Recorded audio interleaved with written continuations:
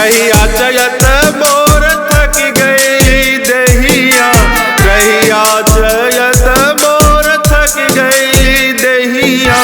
दुखे आ गई हुए पाँव, नहीं आए पिया जी के गाँव, नहीं आए पिया जी के गाँव।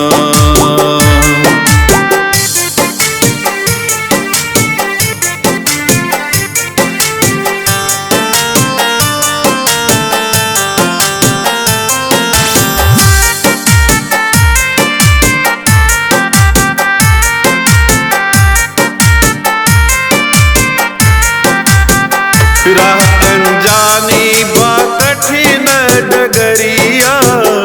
कोई न दिखे यो रतियो अन्हरिया, कोई न दिखे यो रतियो अन्हरिया, चारों ओरी के लौकत नाही,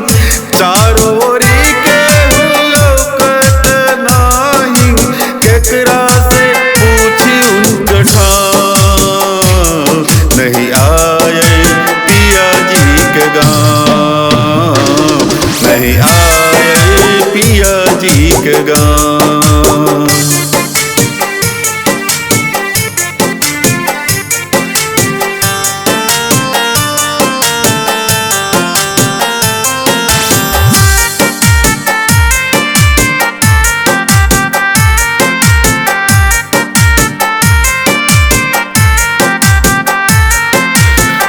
बिसरत नाही मोसे मुन कर सुरतिया,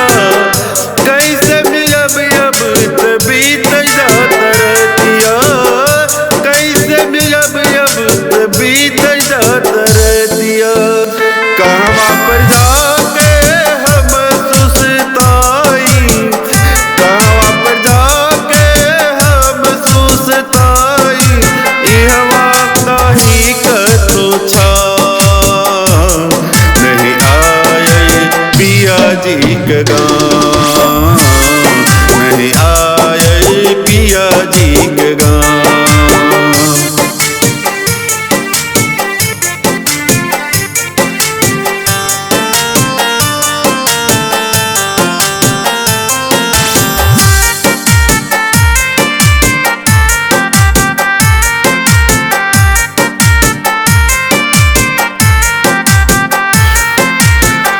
सही नहीं जाया बबून कर कलेसवा,